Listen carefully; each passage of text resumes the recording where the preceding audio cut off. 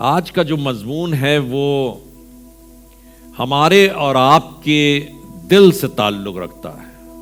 दिल से, टॉली, दिल से ताल्लुक रखता है। और खुदा के कलाम में लिखा हुआ है कि दिल सब चीजों से ज्यादा, इसके ऊपर बहुत एतबार करता है आदमी, और दिल के चलाए चलता है। मेरे दिल ने ये कहा, मेरे दिल ने ये सोचा, मेरे दिल ने कहा कि ये कर लो, मेरा दिल ये कर रहा था, मैंने ये खा लिया, मैंने ये पी लिया, मैं फलानी जगह चला गया, मेरे दिल ने कहा इससे झगड़ जाओ, झगड़ गए। मेरे दिल ने कहा कि ये वाला कपड़ा पहनो तो मैंने पहन लिया। सब कुछ दिल दिल दिल।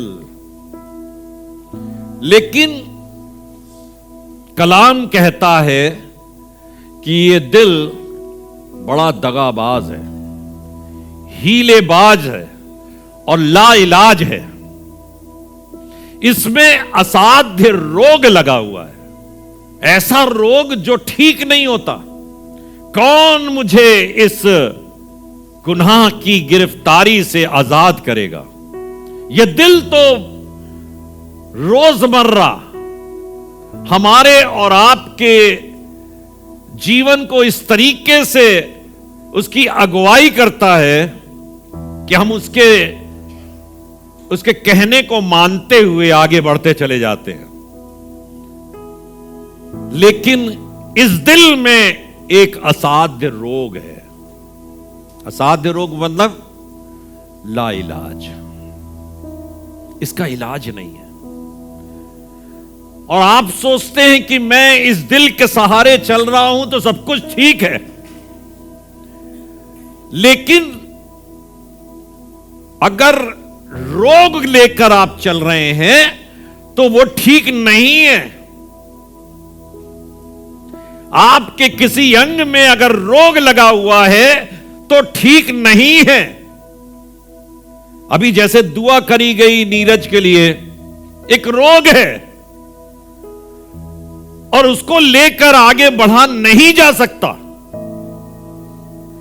यह रोग हमको कमजोर करेगा, निराश करेगा, हमारे बहुत से कामों में बाधक बन जाएगा, हम नहीं कर पाएंगे।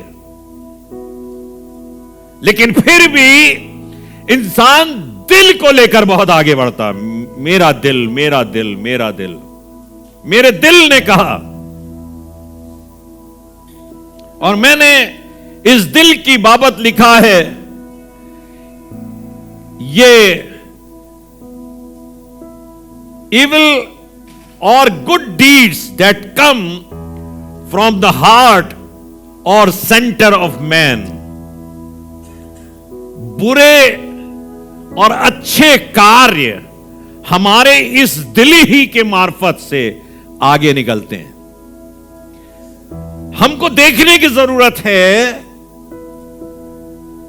कि ये दिल हमको, हमारी अगुवाई कैसी कर रहा है, किस तरफ हमको अग्रसर कर रहा है। दिल कहां होता है? दिल किस जगह होता, बताइए। ये दिल वो दिल नहीं है जिसकी हम आपसे बात कर रहे हैं।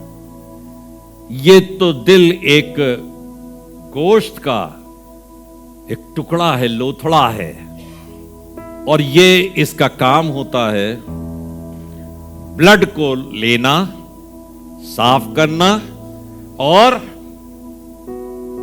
बाकी ऑर्गन्स में जिंदगी के लिए दे देना। और इस दिल की अगर बात करेंगे तो यह दिल में सोचने की क्षमता नहीं होती। यह ना सोचता है ना विचारता है, यह सिर्फ हरकत करता है, धक धक करके पंप करता है। यह बेचारा बदनाम है, ये दिल बदनाम है। लेकिन जब दिल की बात होती है तो पता क्या होती है, किसकी बात होती है?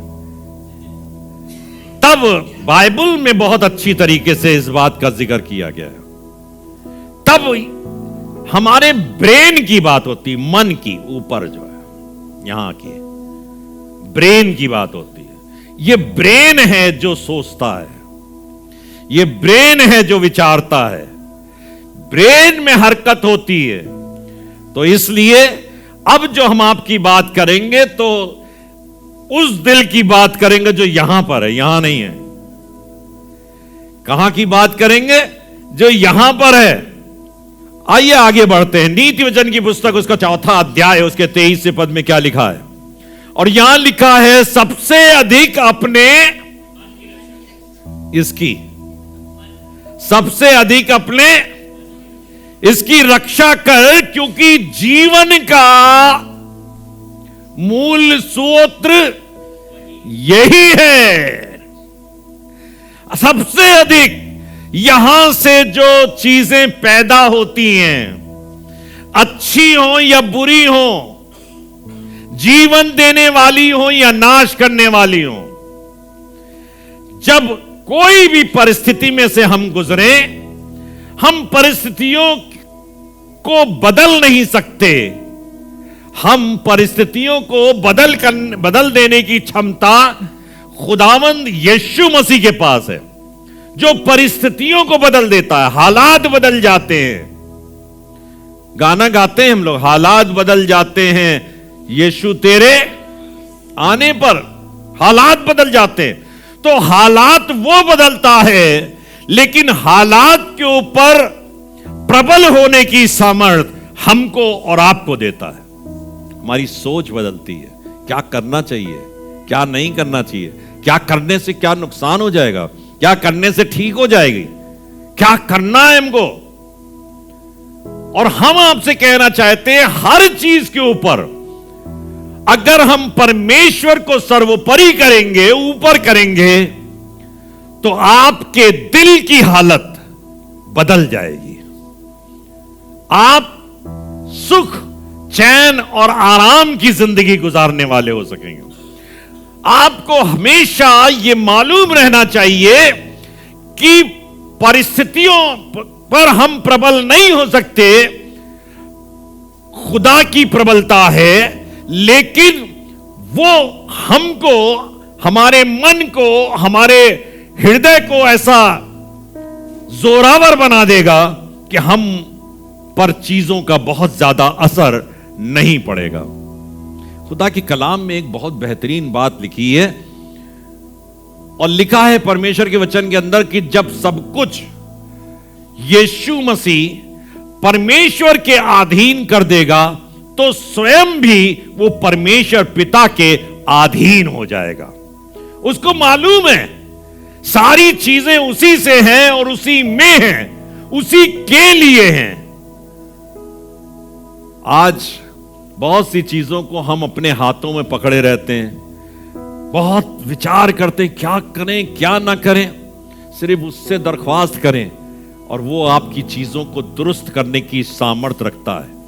एक आयत पढ़िए, मत्ती रचित सुसमाचार 7वां अध्याय 19वां पद। यहां पर कुछ इस तरीके से लिखा है, जो जो पेड़ अच्छा फल नहीं लाता वो काटा और आग में डाला जाता है।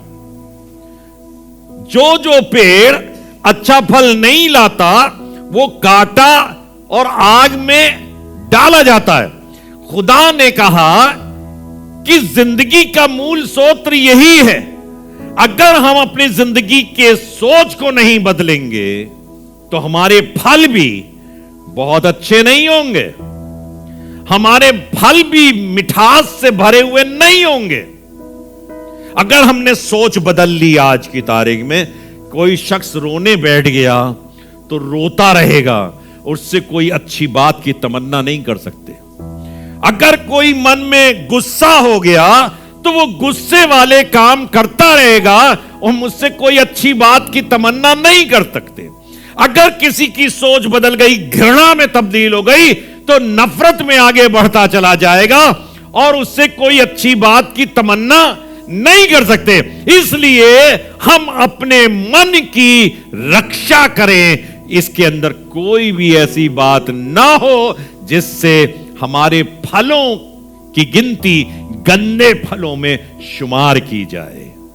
लिखा हुआ है, जो जो पेड़ अच्छा फल नहीं लाता वो काटा और आग में, मतलब हमारी सोच बदल गई तो हमारे फल बदल गए, और हमारे फल बदल गए तो हमारे लिए हमारा डेस्टिनेशन बदल गया, हमारा अंतिम पड़ाव बदल गया। ये कितनी बड़ी बात हम आपको बता रहे हैं। कहने में तो बहुत छोटी सी दिख रही है, लेकिन सोच बदल जाने से आपके कार्य बदल जाएंगे, और कार्य बदल जाएंगे तो रिजल्ट बदल जाएगा, और रिजल्ट बदल जाएगा तो हमारा जिंदगी का डेस्टिनेशन बदल जाएगा। लिखा हुआ, जो जो पेड़ अच्छा फल नहीं लाता वो काटा और आग में झोंका जाता है। और आगे लिखा है, सो उनके फलों से तुम उन्हें पहचान लोगे।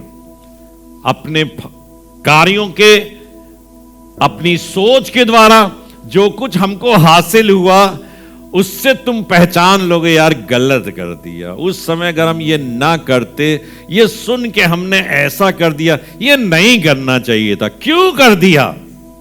कई बार हम चीजों के अंदर इतने उतावले होते हैं और अपने सराउंडिंग से इतना उसके वश में होते हैं, अपने सराउंडिंग के वश में होते हैं, हम अपने वश में नहीं होते हैं, अपने खुदा के वश में अपने आप को नहीं देते, बल्कि हम परिस्थितियों की अधीनता में होते हैं।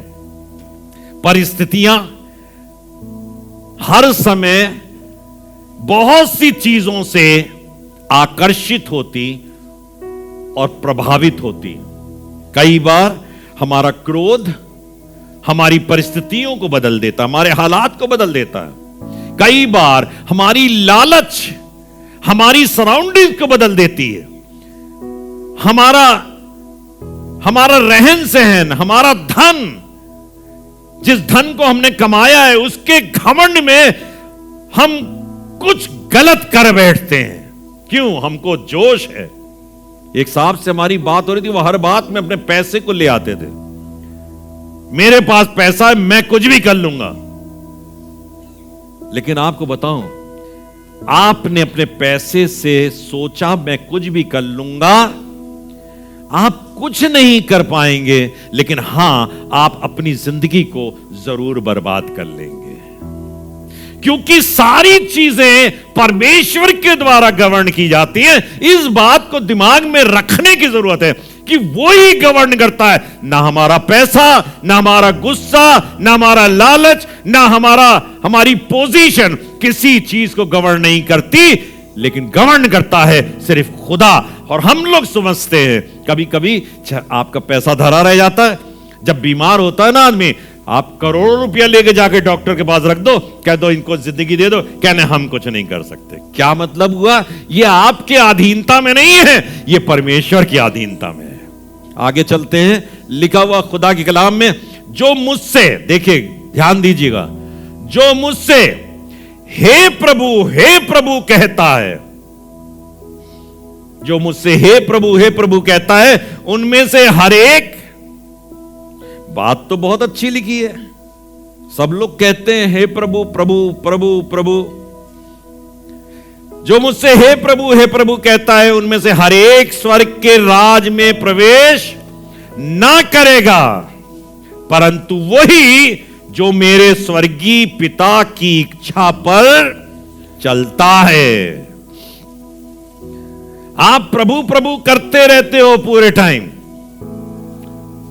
बाइबल भी पढ़ते होगे, कुछ भी करते होगे, लेकिन परमेश्वर का वचन कह रहा है वो परमेश्वर के राज में प्रवेश नहीं करेगा, लेकिन वही जो मेरे पिता की इच्छा पर चलता है। हमको चलने की जरूरत है,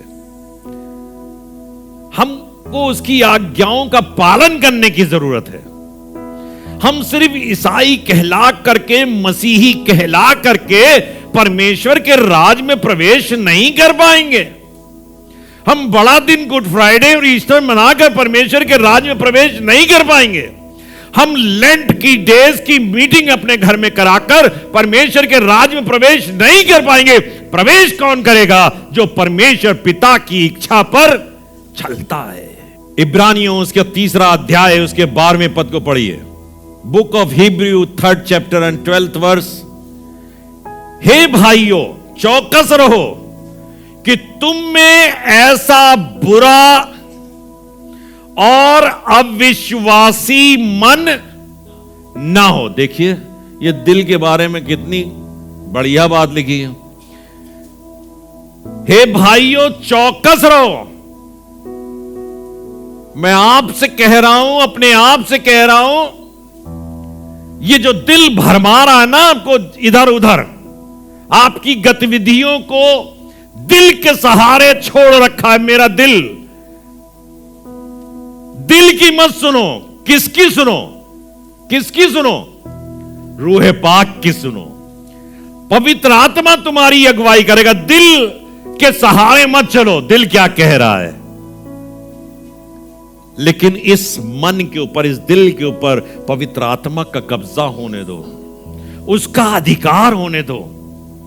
अगर पवित्र आत्मा से लबरेज नहीं होगे तो दिल तुम्हारा धोखा दे जाएगा, मन तुम्हारा धोखा दे जाएगा। लिखा हुआ परमेश्वर के वचन में, हे भाइयों चौकस रहो कि तुम में ऐसा बुरा, रे बाप रे बाप, दिल ऐसा बुरा होता है, मन ऐसा बुरा होता है। आप लोगों ने कई बार किसी किसी के लिए कुछ कहा होगा, अरे बहुत बुरी सोच है इसकी। तुम में ऐसा बुरा और अविश्वासी मन न हो जो जीवते परमेश्वर से दूर हट जाए। यह मन ही है जो आपको जीवते परमेश्वर से अलहदा कर देगा। यह दिल ही है जो कहता है आज इतवार है तो क्या हुआ, चर्च मत जाओ, क्या फर्क पड़ता है। लेकिन रोज अपने दिल के ऊपर फतह, रोज कहें खुदा बाप नहीं, तेरी मर्जी पूरी हो, जो तू कह रहा है वो पूरा हो। आप अपने आप से पूछिए, जब आप पढ़ाई लिखाई के मैदान में थे, 10वीं क्लास में या 12वीं क्लास में जिसमें भी थे, तो आप पूछिए अपने आप से, अगर हम ना पढ़ते, अगर हम ना पढ़े होते तो क्या हम कक्षा में पास हो जाते? क्या हम क्लास में सफल हो जाते? क्या बिना क्लासरूम में एग्जामिनेशन दिए क्या रिजल्ट में हम फर्स्ट डिवीजन हो जाते? आपका जवाब खुद ही आएगा, नहीं होते। खुद ही कहेंगे आप कि नहीं होंगे। तो खुदा के बारे में विचार करते समय हम अपने आप से सवाल करें, खुदा बाप क्या हम ऐसा कर दें आज चर्च ना जाएं, आप खुश हो जाएंगे? तो आपको क्या जवाब मिलेगा बताइए? क्या जवाब मिलेगा? खुदा क्या कहेगा? नहीं नहीं, मैं खुश नहीं हूंगा भाई, मैं खुश नहीं हूं। अरे हम आपकी स्तुति प्रशंसा ना करें, आप खुश रहेंगे? वो कहेगा नहीं खुश रहेंगे। वो आप कहें अगर हम आपके सामने सर ना झुकाएं, अपनी ऐंठ में रहें, तो आप खुश रहेंगे? तो आपको जवाब क्या मिलेगा? खुद ही। आप खुदा से मत पूछिए, अपने आप से पूछिए, तो क्या जवाब मिलेगा? नहीं रहूंगा मैं खुश। तो खुदा बाप अगर मैं आपकी इबादत करूं तो आप खुश होंगे? हां खुश होंगे। तो चौकस रहो, क्या लिखा है? चौकस रहो, तुम में ऐसा बुरा और अविश्वासी मन। जितने लोग यहां बैठे अगर ये वाली बात समझ जाएं तो मैं समझता हूं ये बहुत बड़ी जीत सन 2024 में आपकी होगी। कुलुस्सियों की पत्री 3 अध्याय और 16वां पद, मसीह के वचन को अभी तक हमने आपको बताया, हे भाइयों चौकस रहो, तुम में ऐसा बुरा और अविश्वासी मन ना हो जो जीवते परमेश्वर से दूर हट जाए। अब मैं आपसे कह रहा हूं तब क्या करें? करें ये कि मसीह के वचन को अपने हृदय में, कैसे? मसीह के वचन को अपने कहां पे? हृदय में। ये वाला हृदय, ये वाला नहीं, अपने परमेश्वर के वचन को अपने हृदय में कैसे बसने दो? अरे बसने दो तो अधिकाई क्या होता है? हैं? अधिकाई क्या होता है? अधिकाई का मतलब यह पूरी तरह खुदा बाप आधी अधूरी बात से प्रसन्न नहीं होता। प्रकाशित वाक्य में लिखा हुआ है, उसने कहा कलीसिया से, तू ना सर्द है ना गर्म है, इसलिए मैं तुझे अपने मुंह से उगलने पर हूं। हम क्या चाहते हैं कि परमेश्वर हमको अपने मुंह से उगल दे? कि खुदा बाप थोड़ा थोड़ा तो करते थे, कभी कभी तो कर लिया करते थे। खुदा कह रहा, नहीं बेटा, तू ना सर्द है और ना गरम है। इसलिए वो कह रहा है, परमेश्वर के वचन को अपने हृदय में अधिकाई से, इसको समझेंगे थोड़ा सा, अधिकाई से बरसने दो। पहला तीमुथियुस 6 अध्याय 17 पद में क्या लिखा है? इस संसार के धनवानों को आज्ञा दे कि वे अभिमानी न हो। इस संसार के धनवानों को आज्ञा दे कि वे अभिमानी न हो और चंचल धन पर आशा न रखें, परंतु परमेश्वर पर जो हमारे सुख के लिए सब कुछ बहुतायत से देता है। वचन को अधिकाई से बसने दें। कई बार धन का गुरूर हमारी जिंदगी को परमेश्वर की निकटता से दूर कर देगा। इसलिए वचन पर भरोसा रखें, धन पर नहीं। वचन पर भरोसा रखें, अपने शरीर की सामर्थ्य पर नहीं। वचन पर भरोसा रखें, अपने पहुंच पर, सोर्सेस पर भरोसा नहीं रखें। खुदा का कलाम कहता है, परमेश्वर के वचन को अधिकाई, सब कुछ को बदल देने की सामर्थ खुदावंद यीशु मसीह के पास है। वो आपकी दौलत को भी इस्तेमाल कर लेगा, वो आपके सोर्सेस को इस्तेमाल कर लेगा, लेकिन पहला स्थान खुदावंद यीशु मसीह है। हम लोग खुदावंद यीशु मसीह को बाद में कहते हैं, ये वाला काम कर लो और मैं समझता हूं खुदावंद इसमें मेरी मदद करेगा। खुदावंद से कहें, खुदावंद तू मेरी मदद कर, और अब हम ये काम करने जा रहे हैं, हम ये काम कर लें तो खुदावंद हमारी मदद करेगा। हमको कहना चाहिए, खुदा बाप हम तुझसे दुआ कर रहे हैं, ये दवाई खाएंगे और हम ठीक हो जाएंगे। नहीं, ये दवाई खाएंगे और उसके बाद हम दुआ भी कर लेंगे। चलो वो भी कर लेते हैं, है ना? फर्क है दोनों बातों में, नहीं है फर्क। परमेश्वर के वचन को अपने मन में कैसे बसने दो?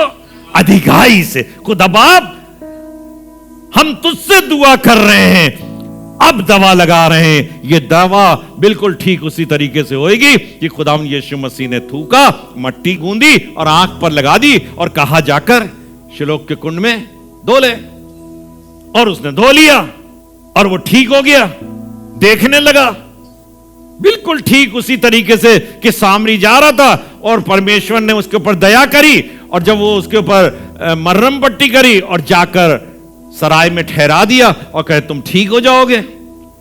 तो पहले परमेश्वर के कार्य को अहमियत देने की जरूरत है, ना कि दुनिया की चीजों को। थोड़ा सा फर्क है, सिर्फ थोड़ा सा उलट दीजिए, चीजें सब दुरुस्त हो जाएंगी। परमेश्वर के वचन को अपने जीवन में अधिकाई से बसने दें। और इसके बाद क्या लिखा है?